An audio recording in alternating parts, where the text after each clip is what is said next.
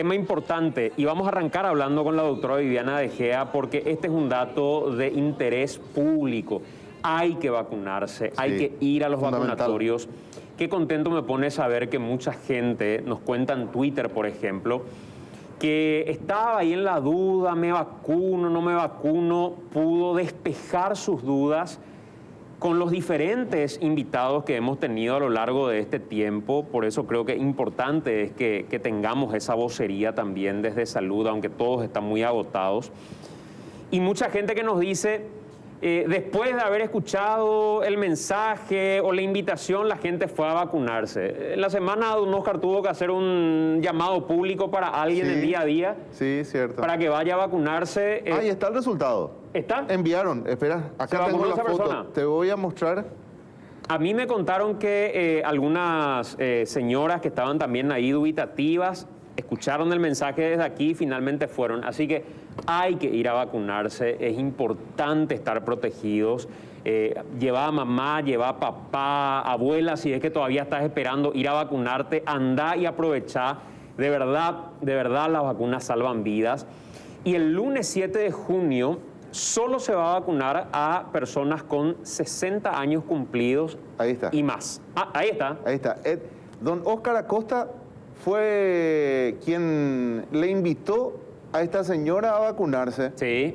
Y anoche nos reportaba a las, acá te muestro, casi a las 22 horas, casi al cierre de la vacunación en la Secretaría Nacional de Deportes, se vacunó. Muy bien. Impecable, impecable. Y envíennos la fotografía de la gente también para compartir, de mamá, de papá, de abuelo, de abuela que se vacunaron ya, tío, tía. Me pone muy contento saber que hay mucha gente que está avanzando en ese plan también. Hay que ir fin de semana, hay que aprovechar y asistir hasta los vacunatorios. Doctora De Gea, primero para cerrar, hoy y mañana, ¿quiénes pueden asistir a los vacunatorios? Y después, desde el lunes, ¿quiénes van a poder asistir a los vacunatorios? Bueno, todavía esta semana, que cierra el domingo, como bien mencionás, estamos con la franja de edad de los nacidos en el año 1959 y, o sea, aquellos que no pudieron acudir según su terminación de número de cédula. Le puedes decir rezagados o los que están pendientes de vacunación. Obviamente, todas aquellas personas que estuvieron ya habilitadas antes, por ejemplo, mayores de 80, mayores de 70, mayores de 65, que en su momento no pudieron ir por algún motivo, ahora también lo pueden hacer. Y desde el lunes se habilita exclusivamente, digamos, entre comillas, para los que son mayores de 60, o sea, baja la franja de edad. Habíamos llegado con esto de nacidos en 1959 a los de 62, entonces bajamos a 60 años. Desde el lunes van ellos por terminación de número de cédula. 60 cumplidos. 60 cumplidos. No por cumplir. No por cumplir en este caso, hacemos 60 cumplidos. Y bueno, lo habitual, les invitamos a que estén registrados previamente en la plataforma. Para agilizar el trámite. Para agilizar y para que también la planificación de distribución de dosis pueda ser efectiva. Y bueno, entonces esos son. Y a partir del miércoles el otro grupo importante de población que ya van a estar habilitados, que son las mujeres embarazadas mayores de 18 años que estén con 20 semanas de gestación. ¿Cuándo se pueden registrar? Desde hoy. ¿Ahora ya pueden hacerlo? Ahora ya pueden registrarse. De hecho tenemos, la última vez que hicieron el corte había ya más o menos 300 mujeres embarazadas registradas. Y a partir del miércoles van a estar accediendo a la vacunación. Y ya se sabe, perdón Santi, ¿ya se sabe dónde van a estar los vacunatorios para las embarazadas? No tengo esa información en este momento, pero recordemos que es una vacuna también que tiene una refrigeración especial. Entonces vamos a estar informando también por los canales oficiales del Ministerio y también a través de ustedes que siempre colaboran con nosotros para la información. ¿Escucharon las mujeres que estaban aguardando ese dato? Atención a embarazadas entonces. Prueben ahora mismo ingresar a vacunate.govcorta.py y realicen el registro. Embarazadas, Matías, dato importante, embarazadas, vacunate.govcorta.py. Si pueden ingresar ahora ahí a la página, hagan el registro y compartan con nosotros a ver si no tuvieron ningún inconveniente. Entonces, si hay algún inconveniente, le planteamos a la gente de salud y sobre la marcha se va ajustando cada uno de estos detalles. Moderna es la vacuna, está plenamente certificada por los organismos que hasta ahora dieron las habilitaciones de emergencia. Sí. Y mucha gente ha preguntado, doctora De Gea, en Paraguay tenemos menores de 18 años, lamentablemente, que están embarazadas, ¿verdad? Así es. ¿Qué pasa con esas personas menores de 18 años que están embarazadas, que tienen más de 20 semanas y que aguardan también la vacuna? Bueno, como sabrán, hay un estudio de uno de las farmacéuticas de Pfizer, puntualmente, de la vacuna de Pfizer, donde ya en Estados Unidos se ha empezado a aplicar a niños más de 12 años. En este momento nosotros hemos habilitado la vacunación de las embarazadas mayores de 18 años porque es la plataforma que tenemos disponible, la Moderna. Obviamente, así como estamos y como ustedes mismos están siendo testigos, a medida que la evidencia científica nos da más luces, nosotros hacemos las modificaciones correspondientes. Es decir, hoy se habilita para este rango de edad, pero si mañana, no te digo mañana literal, ¿verdad? Pero dentro de un tiempo tenemos la confirmación de que se puede utilizar también, probablemente se hagan los ajustes correspondientes. Y te pongo el ejemplo de lo que fue la Sputnik. La Sputnik, inicialmente, la segunda dosis se hacía a los 21 días. Sí. Y hoy sabemos que, según el propio laboratorio fabricante, podés extender ese plazo hasta incluso 12 semanas. Entonces, eso hace que nosotros también ajustemos los lineamientos y ajustemos las recomendaciones. Pero hoy, es decir, a partir del miércoles, son mujeres embarazadas mayores de 18 años. Correcto. Quiero ir al doctor Ángel Núñez y después de la pausa abocarme al tema de gasto cero, para que vayan tomando nota de cómo es el paso a paso para acceder a eso. Conozco gente que ahora, por ejemplo, está en un sanatorio y que dice, quiero que de inmediato me empiece a cubrir porque la cuenta está corriendo. ¿Cómo tiene que hacer para que eso suceda? Pero números, doctor Núñez. Sí. 232 personas están aguardando por una cama de terapia intensiva. Es así. ¿Cuál es el ritmo de crecimiento que estamos teniendo? Por día, ¿cuántas personas nuevas están ingresando a la lista sin dar todavía respuesta a las otras que estaban esperando? Entre 80 y 100 son los pedidos diarios de solicitud para traslado a terapia intensiva que ingresan a través del 141 del sistema de SEME. Y eso se acumula con pedidos del día anterior que no fueron resueltos por la falta de disponibilidad de camas en este momento. Para que se acceda a una cama, si uno está en la lista de espera, lo que mucha gente dice es, yo estaba esperando hace 2 días y sin embargo hay una persona que llegó recién, pidió recién y ya le dieron. Seguro tiene algún contacto, te plantean de forma directa.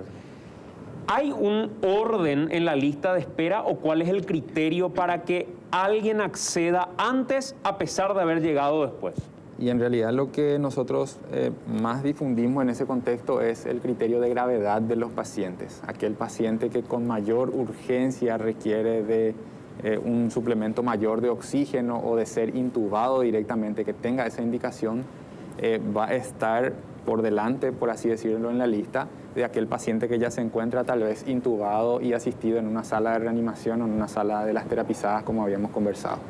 Entonces, no, ni siquiera es la edad, ni siquiera es el orden con el que van ingresando a la lista de esos pacientes, sino se trata más bien de la gravedad o de la situación del momento con ese paciente a la hora de decidir trasladarlo a una sala de terapia intensiva. O sea, cuando decís que ni siquiera es la edad el criterio, ¿no es cierto entonces que si tengo a una persona mayor, a un adulto de 80, 85 años versus una persona de 23 años, de plano por protocolo tenga que priorizar a la persona de 23 y no a la persona de 85? Y no es así, Santiago, y te cuento, nosotros el 60% de los pacientes que se encuentran dentro de las unidades de terapia intensiva en este momento tienen 60 o más años. O sea, esa es la población predominante ahora en la terapia intensiva y el 40% tiene entre 18 y 59 años en este momento. O sea, la edad no es un factor determinante para su ingreso a terapia intensiva.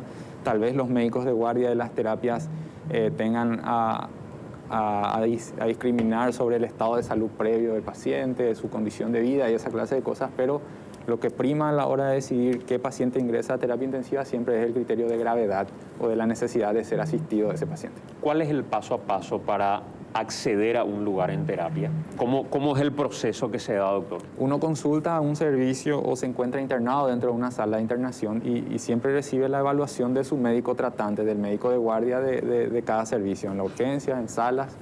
Y este médico es el que va evaluando el requerimiento de mayor cantidad de cuidados o de mayor complejidad a la hora de atender a estos pacientes.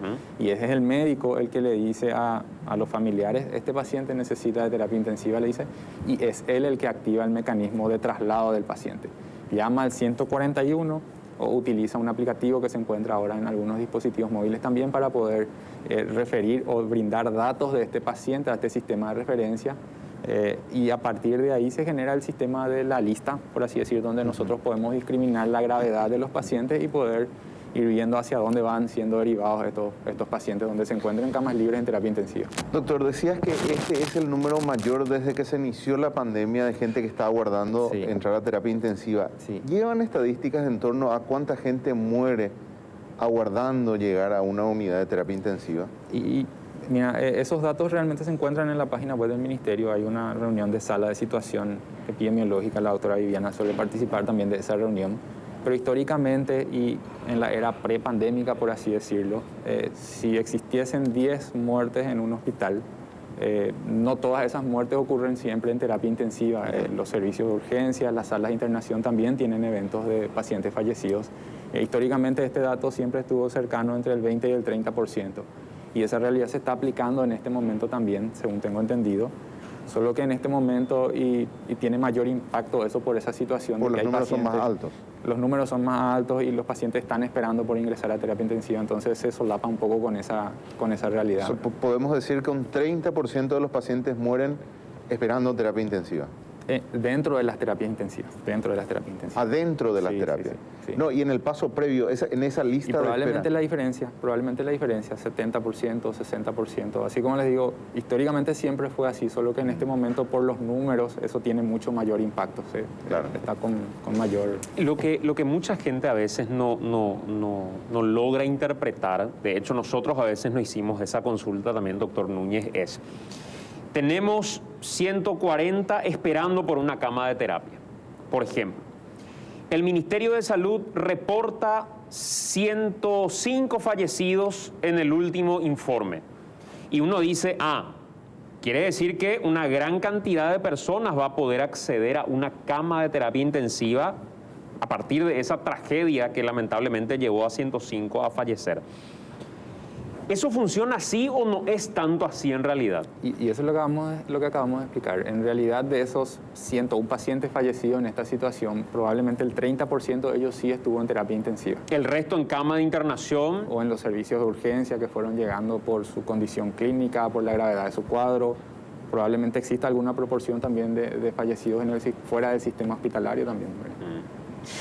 Bueno, vamos a hacer nosotros una pausa. Están enviando consultas para la doctora Viviana De Gea que le voy a compartir a la vuelta del corte. Y me gustaría también que podamos meternos, Gilda, a la cuestión de gasto cero. Sí.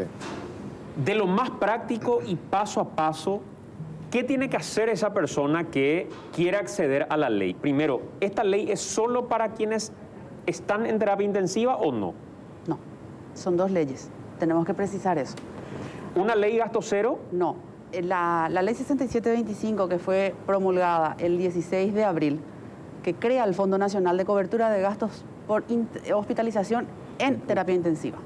Y la segunda ley, como le llamamos, la 6742, que fue promulgada el 21 de mayo, que dice otra vez crea el fondo de forma complementaria porque además de terapia intensiva incluye camas convencionales.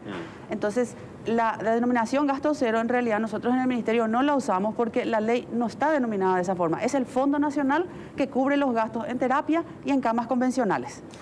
A ver, para no ponerle números, porque los números nos van a confundir, vamos a ponerle nombre a cada una de las leyes. Son dos leyes sobre un fondo nacional, una para terapia y otra para cama, internación. Ok, si uno está en una sala de internación, tiene una cobertura. Así mismo. ¿De cuánto? 5 millones diarios. 5 millones diarios. Así es. Y si uno está en una cama de terapia intensiva, tiene una cobertura también. De 13 millones diarios. Correcto. Ese paso a paso. Con especificaciones que te puedo dar. Claro. Ese paso Eso a es paso muy importante. lo vamos a hacer a la vuelta de la... Doctora Gilda Espínola es asesora de gabinete y la tiene clarísima respecto al tema de las leyes que están hoy en vigencia. Hablemos primero de quienes califican para la cobertura de hasta 5 millones de guaraníes que están en salas de internación. Solo aquellos que están en los privados que ya no pudieron acceder a una cama en el hospital público. También aquellos que están en un hospital público y que tienen gastos que guardan relación con el COVID. ¿Quiénes pueden acceder a esa primera norma, que es la norma para los que están en salas de internación, no en terapia intensiva? Quisiéramos precisar, Santiago, que el orden de las leyes fue a la inversa. La primera ley fue de terapia intensiva. Entonces, la ley creó el Fondo Nacional de Cobertura de Gastos de Hospitalización en Terapia Intensiva y la segunda ley complementó porque se notó la necesidad de también auxiliar a las familias en camas comunes o camas convencionales y sobre todo contar con la colaboración del sector privado porque el sistema público ya no tenía condiciones de responder solo. Entonces sí tenemos que reconocer también la ayuda del sector privado porque nos han pasado la mano como Estado paraguayo y hemos recibido su apoyo constante desde el inicio de esta pandemia. Las leyes dicen, para terapia intensiva cubrimos hasta 13 millones de guaraníes, por cama convencional cubrimos hasta 5 millones de guaraníes. ¿Qué significa eso? Que todos los gastos que estén incluidos se pagan en ese paquete. Ahora, hay eventos, como dicen los médicos, que pueden estar por fuera. No significa que una persona por X situación tuvo, por ejemplo, que ser amputada en una pierna. No, es que va a estar dentro de los 13 millones. Eso se factura por separado, pero también se le devuelve al sanatorio. Después, los medicamentos que cubren los 13 y 5 millones están dentro de un protocolo que aprobó el Ministerio de Salud. Hay una lista que nosotros no cubrimos, entre ellos el Remdesivir, Tocilizumab, Baricitinib, varios medicamentos que si el médico tratante indicó al paciente, el pariente tiene que autorizar y después tiene que ser facturado. Justamente hoy estamos en un medio en el que ayer se aprobó el protocolo Remdesivir. Nosotros entonces desde hoy estamos cubriendo también. Desde hoy recién. Desde hoy estamos cubriendo Remdesivir. Entonces vamos a reponer al sanatorio o en costo o en medicamento exactamente. O sea, cualquier caso en el que requiera de Remdesivir, siempre que esté ya con la cobertura del Ministerio de Salud, va a tener esa compensación económica. Y yo quisiera cambiar esa expresión al decir toda vez que se ajusta al protocolo. Porque el protocolo indica en qué momento se le aplica al paciente Remdesivir. Antes de entrar a terapia. Así mismo, claro, exacto. Entonces, si alguien que está en terapia recibe esa indicación, nosotros no vamos a poder cubrir. Tiene que ser dentro de nuestro protocolo. Ok. Así es. ¿Cuál es el paso a paso desde el momento en el que una persona... Por eso quiero ir primero a la internación, porque por más que una ley se haya aprobado antes y otra después. Alguien va primero a una sala de internación. Le dicen, vas a tener que quedarte internado Así es. hasta que te hagamos todo el tratamiento porque tenés una infiltración pulmonar y eso requiere que seas monitoreado acá. ¿Cómo se hace el paso a paso para que se tenga cobertura del Ministerio de Salud? Bueno, son 3 formas de ingreso de pacientes. El primer caso es aquel que ingresa con su seguro. Sí. Yo tengo X seguro, me voy por urgencia porque me siento mal y resulta que el médico dice, no, estás como para internarte, te ingresan. Ven la cobertura, mi seguro me cubre 4 días de internación. Al 4.º día digo, lo que yo estoy viendo que se está gastando por mí sin fecha de salida, no voy a poder asumir una nota al Ministerio de Salud o un correo habilitado exclusivamente al efecto. Un correo con la constancia de internación. La constancia la da el sanatorio en el que estoy. ¿Cuál Eso es tenés el que correo? pedir, sí. Sí, el correo gasto cero. Gasto cero @ Ministerio de Salud Pública, las iniciales, .gov.py. ¿Podemos poner, Matías, en el Zócalo, por favor, el correo? Por favor, pongamos Gasto el correo. cero. Gasto cero @ mspbs.gov.py. Ahí hay que escribir. Ahí se envía. Y así una constancia. La constancia te tiene que dar el sanatorio. El sanatorio, hay varios sanatorios muy, muy serios y responsables que ya generaron un sistema en sus equipos y entonces el paciente ingresa, le dan y ya le dan la constancia, independiente a que vaya o no a solicitar la ayuda del ministerio. Entonces, esos 2 únicos documentos son los que nosotros necesitamos, porque así entonces constatamos que efectivamente esa persona está con la mesa de entrada. Nosotros le hemos dicho a todos los pacientes, con el número de mesa de entrada o con el sello que ponemos cuando presentan en papel, Físicamente. entonces el sanatorio ya está permitido, ya le está permitido no empezar a cobrar o ya le está permitida a la persona no pagar. Y le hemos hablado a los sanatorios y hemos llegado a ese acuerdo porque ellos también se encontraban se le envió la solicitud al ministerio, pero le va a decir que sí. Y mientras tanto, ¿qué hago yo si esta persona me está generando gastos? Y nosotros le hemos dicho que en el 99% de los casos hemos dicho que sí, estamos diciendo que sí. ¿Y a ver, en algún momento se pensó, doctora, que solo cubre a aquellos que fueron a un hospital público, que rebotaron de ese hospital porque ya no había lugar y que el ministerio les derivó a un privado? Eso ya no es así para esta cobertura de 5 millones de guaraníes. Sigue siendo también. Es otra de las vías. Exacto, puede ir uno al hospital público y como no hay lugar, entonces nosotros le derivamos. Ahí entra por derivación y es otra la documentación que en su momento para el pago se va a solicitar, pero la asistencia ya se empieza a dar. Sí. Después están los otros dos casos, el que entra con su seguro y después solicita la ayuda ya por la diferencia que el seguro no cubre. Sí. Y el tercer caso es el de la persona que sabe que en X sanatorio hay una cama, ya tiene indicación de internación, no hay en el sistema público, entonces va y paga el depósito de ingreso y se interna. Y Pero ahí tiene que pagar el depósito de ingreso. Tiene que pagar el depósito porque la ley no contempló el pago, la exoneración de ese pago. Entonces nosotros pagamos por gastos de hospitalización, pero no por esa entrada. Entonces paga el ingreso y automáticamente pide.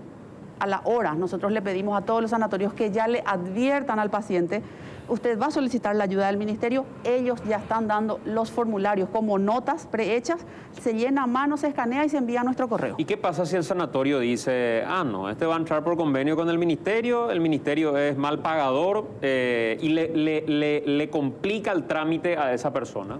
Nosotros hemos puesto a disposición también el servicio de la Superintendencia de Salud que tiene que recibir esas denuncias, porque es obligación del sanatorio prestar la asistencia médica, no puede rechazar pacientes.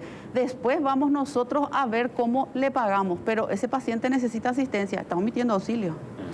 Si yo tengo un familiar internado ahora, la documentación que tengo es la constancia, nada más. Solamente una nota y la constancia. El sanatorio me dice, el paciente Juan está internado en sala tal con este cuadro. Con diagnóstico COVID. Desde tal día a tal hora. Así mismo. Nada más. Así mismo. Ese documento envío, nada, cobertura, porque había corrido un flyer donde decía que también tenías que agregarle la cobertura médica si es que tenés. Esos documentos no hace falta. Sí, también nosotros solicitamos, pero no es indispensable. Ajá. Entonces, si alguien dice, tengo seguro X, pero no adjuntó la cobertura, nosotros después con nuestro equipo administrativo nos encargamos de llamar y pedirle. Claro. Porque además, entre que se hace la solicitud, el paciente es dado de alta con suerte y después se solicita el pago, va a haber un tiempo que nos da a nosotros para averiguar. Exacto. Y esa era la segunda consulta. Envío mi correo en este momento. Ahora sí. Son 8:49 del sábado, 6, ¿verdad? Hoy es 6. 5. ¿En cuánto tiempo el ministerio me da una respuesta? Hemos llegado a tener un atraso al inicio de una semana. Ajá. ¿Por qué? Porque en realidad estábamos preparados esperando el número, pero no en el real. Porque con la ley de terapia intensiva entraban constantemente. Ahora, el 21 de mayo, a la hora de promulgarse la ley, nosotros recibimos 150 pedidos. Ahí, al momento. Al momento, 150 pedidos. Y vino el secretario general desesperado y dijo, ¿qué hacemos? Y bueno, entonces automáticamente DGTIC crea una dirección electrónica exclusiva, saquemos el flyer para que la gente sepa. Y hoy nosotros hemos recibido en total 4.000 correos electrónicos en esa dirección. Y hemos respondido a todos. Entre ayer y hoy, cuando estábamos preparándonos para estar con ustedes hoy, hemos visto los números y en la mañana y tarde de ayer entraron de nuevo 300 pedidos. Son los que ahora no tienen respuesta, porque se está trabajando este fin de semana. Nosotros al salir de aquí vamos a ir a hacer ese trabajo. Secretaría General filtra, nosotros pasamos, revisamos documentación y empiezan a salir las notas. ¿Y hoy cuánto tiempo tarda todo ese proceso? Y 48 horas. 48 horas. Vamos a meternos al tema terapia, que Sí. más o menos tiene el mismo procedimiento, Así mismo, ¿verdad? así Vamos a es. meternos enseguida al tema terapia. Doctora De Gea, preguntas de la gente, y quiero aprovechar directo eso porque creo que es una cuestión de respeto a la gente que nos está preguntando también. Mi nieta es asmática, ayer consultó, tiene constancia, le dijeron que se tiene que vacunar. ¿Qué pasa con eso de las constancias a la que llega la gente? ¿Esa es la fórmula para acceder a la vacuna o se están equivocando también los médicos que están escribiendo una constancia de tal o cual enfermedad para que tenga alguien prioridad a la hora de vacunarse? Bueno, va a ser importante la certificación del médico tratante que certifique, valga la redundancia, la patología de ese paciente. Una sugerencia que hacemos es, pónganse al día con sus tratamientos, ¿verdad? Aquel paciente asmático, como en este caso, o un diabético o un hipertenso, en primer lugar lo que tiene que estar es compensado de su patología de base, ¿sí? Bien, el registro para las personas entre 18 y 49 años con patología de base aún no se ha habilitado. Cuando esto se habilite, también va a informarse cuál va a ser el mecanismo. Con mucha seguridad va a ser el certificado médico del médico tratante diciendo esta persona tiene asma, diabetes, lo que sea. Bueno, ojo con eso a los compañeros arriba, porque no estamos hablando de quienes pueden vacunarse desde el lunes. Y se puede confundir, no estamos hablando de eso. No, es desde el lunes esto. No, ni siquiera el registro aún. El registro para las personas entre 18 y 49 años con patología de base tampoco está habilitado aún desde hoy. Hoy está habilitado personas entre 50 y 59 años que entran en etapa 1, o sea, se amplió esa famosa etapa 1 que decíamos, 50 a 59 años, independientemente de que tengan patología de base o no. ¿Sí? Eso está habilitado el registro hoy, al igual que mujeres embarazadas. Va a ser por puntos el tema, como se publicó en un momento, y creo que corrió ahí una... Esa tabla de vulnerabilidad que circuló por redes sociales es la tabla de vulnerabilidad habilitada para, por ejemplo, reubicación en el ámbito laboral de una persona que esté con una vulnerabilidad. Por ejemplo, entonces vos decís, bueno, en vez de que esté en la caja atendiendo cientos de pacientes al día, yo le ubico a esta persona con vulnerabilidad en el archivo donde va a estar en contacto con 2 o 3 personas, o le mando a hacer teletrabajo. No es para acceder a la vacunación, son cuestiones distintas, ¿sí? Ok, el director Edu Martín me dice que tiene los mensajes de la gente y quiero ir a hacer un ping-pong rápido para responder esas consultas directamente. Buen día, me interesa el tema que se tratará sobre la ley. ¿A qué número puedo contactar? Soy afectada, una cuenta abultada en un sanatorio privado. Aparte que mi marido falleció, quedé con la cuenta. Mi marido fue beneficiado con esa ley, pero el sanatorio no reconoce y me hicieron firmar un pagaré. Si alguien, lo que no entiendo es si ya accedió a la ley, la aprobaron y no se reconoció, o la ley estuvo en vigencia pero no hizo el trámite. Esa es la parte que no conozco. Puede ser. Pero ¿hay reembolso? El reembolso no está contemplado. No está contemplado el reembolso. O sea, se tuvo que haber hecho el trámite. Así es. A partir de la ley y después recién la cobertura, si se aprobó, así mismo. Corre. Entonces corre la cobertura, esa persona no debe abonar y después nosotros hacemos el pago al sanatorio. Ya el paciente tiene que retirarse y nosotros arreglamos la situación con el sanatorio. Ok. Otro mensaje de la gente. Buenos días, por favor, preguntar a las autoridades de salud cuándo van a vacunar a los que necesitan viajar a Europa. Hay gente con pasaje en mano que tiene que volver para trabajar, que vive allá y no puede ir porque no están vacunados. Ya es desesperante la situación, por favor, hagan llegar mi consulta. Bien, aquí es importante puntualizar una cuestión. Europa, ¿verdad? Seguramente con puntualizaciones particulares por países, te habilita a entrar si estás vacunado con determinadas vacunas sin isoparte. Es decir, todavía existe la posibilidad de que entres, ¿verdad? Esto, hago una generalización, pero habrá que ver país por país, ¿verdad? Podés entrar, a lo mejor lo que te van a exigir es un hisopado negativo al entrar ahí o en tu país de origen y a lo mejor una cuarentena de 10, 14 días, dependiendo del país. O sea, no es una exigencia tener vacuna. No es una exigencia. Y otra cuestión es que ellos dicen, bueno, estas son las vacunas que nosotros aprobamos, digamos, para que vos entres sin el hisopado. Y el que tenga hoy quizá la Sputnik, que ya haya accedido, se va a tener que hisopar. Va a tener que hisoparse, no es que no va a poder ingresar. Exactamente, salvo que haya, y creo que ahí la doctora Gilda me puede también ayudar, alguna restricción puntual con país que nosotros no tenemos conocimiento de cierre de fronteras. Ahora mismo no. No hay cierre de fronteras. Otro mensaje, otra pregunta que nos envían. Si me pueden responder, necesito pasar ahora una denuncia sobre el registro de vacunación de 50 años. Estoy tratando de inscribirme y me rechaza la inscripción. ¿Dónde puedo consultar este problema? Tiene 50 años, no se puede registrar, dice. No sé cuál será el motivo de rechazo, pero en algunos casos por errores de tipeo, hablando mal y pronto, algunas personas figuran como fallecidas y no es así. Al salirle ese mensaje, le dice el correo al que tiene que mandar su caso y ahí se soluciona casi de forma, en 24 horas, digamos que el sistema ya le vuelve a habilitar. Particularmente si ese es el caso, ¿verdad? Habría que ver cuál es el mensaje que le aparece para el rechazo para saber cuál es el problema. Ok, otra pregunta. En San Juan Misiones ya no tienen oxígeno, los pacientes están desesperados en los pasillos. ¿Qué promesas van a decir ahora los doctores o el gobierno? Dice, muchos lugares están con inconvenientes de oxígeno. ¿Cuál es la respuesta para esa gente? Particularmente en lo que atañe a mi área, yo no tengo denuncias de ninguna terapia intensiva del sector público que esté con problemas de provisión en este momento, de oxígeno en particular. ¿En terapia no? En terapia no. Hay que destacar que los equipos de terapia intensiva tienen esa capacidad de regular su consumo de oxígeno. Esto está determinado por los médicos que están en contacto con esos pacientes, entonces siempre se prioriza la atención de pacientes en UTI en relación a la provisión de oxígeno por ese motivo. No hay mayores inconvenientes. Bueno, sería interesante conocer un poco más de esa denuncia, que nos puedan acercar y decir, no, en tal hospital, en tal momento ahora está faltando, y que podamos conectar con la gente del Ministerio de Salud para poder solucionar ese problema. Si el Remdesivir no cubre el mecanismo del Ministerio de Salud, ¿se puede llevar en forma particular a los sanatorios privados? Dice Manuel Coronel, porque el costo es muy inferior. O sea, alguien que compre por fuera, ese es un tema también.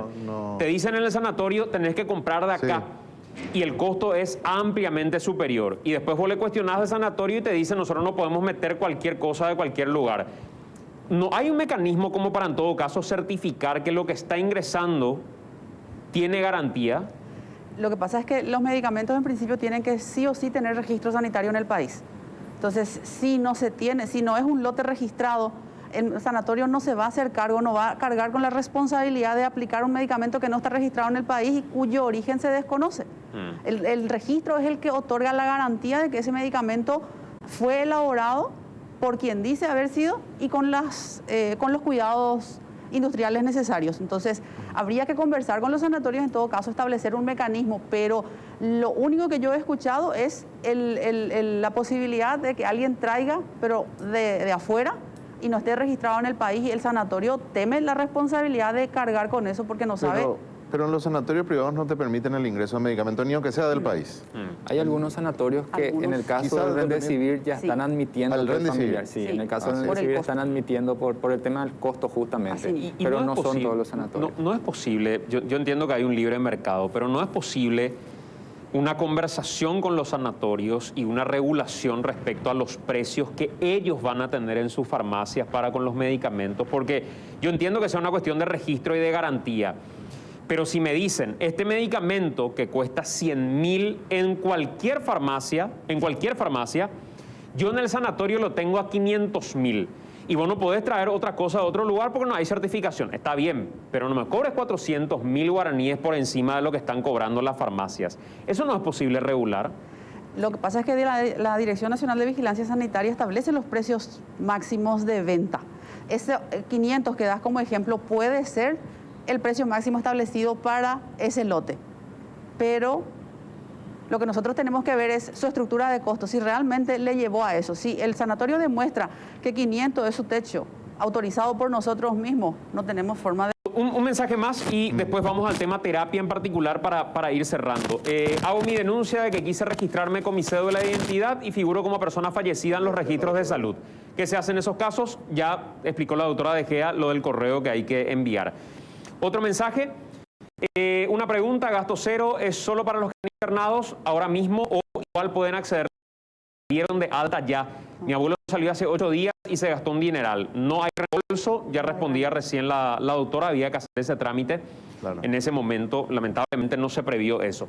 Otro mensaje, perdón, no te he respondido, quiero ir a alguno que tengan ahí. Bueno, ¿cuántas dosis de la vacuna Moderna? Porque tengo 35 semanas y si son 2 dosis y hay que esperar un mes la segunda, ese lapso ya le voy a atender a mi bebé, dice doctora Egea.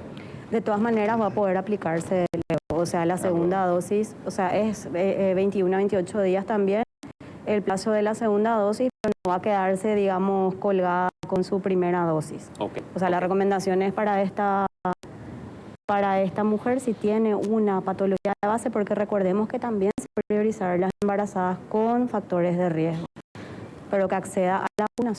Doctora, ya que está sobre el mismo punto, me preguntan, ¿qué pasa si te aplicas la primera dosis y por A o B motivo, que es un poco la consulta que hacía la señora, no te aplicas la segunda en el tiempo establecido? ¿Perdés la inmunidad? ¿No te aplicas nunca más o no te aplicas en el tiempo? No, te aplicas en tiempo. Pasó el tiempo y te aplicas 15 días o un mes después. Ok, bien. Eso está contemplado, por ejemplo, para los casos, hay personas que se aplican la primera dosis y en el intervalo de tiempo tienen la enfermedad, por ejemplo, o tienen contacto con un caso positivo. En principio, lo ideal es completar el esquema en el tiempo establecido. ¿Por qué? Porque la primera dosis hace una elevación de anticuerpos que protege hasta un porcentaje, digamos, entre 40 y 60%, y esa primera generación de anticuerpos, esa primera protección que da la primera dosis, termina cayendo con el tiempo, en un tiempo un poco más o menos largo, ¿verdad? O sea, perdés si no te aplicas. Terminas perdiendo si no te aplicas nunca más, ¿verdad? Y entonces, ¿qué es lo que hace la segunda dosis? Da como un booster, se dice, ¿verdad? Como un refuerzo a la inmunidad para que esta generación de anticuerpos y esta inmunidad sea sostenida en el tiempo.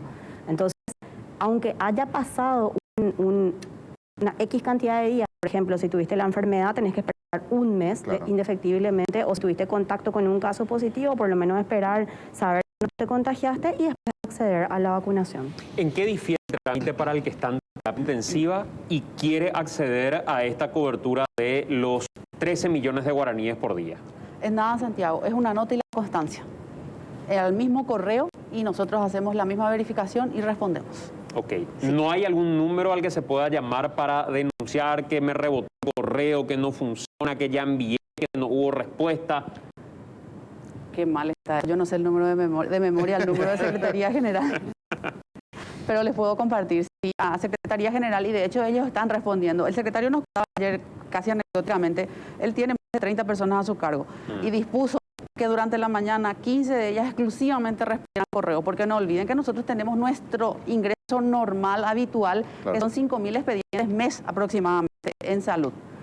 Y no pudo poner al día. Él quería todo pasar a la dirección de terapia para que nosotros estemos bajando, y 15 personas no pudieron, porque están teniendo también teléfonos ante la duda. Después esa persona desesperada de que no le llega el retorno, el número de mesa de entrada, quiere confirmar que el correo efectivamente llegó, y entonces la persona está imprimiendo, está firmando, está sacando y al mismo tiempo atendiendo. Entonces es mucho trabajo.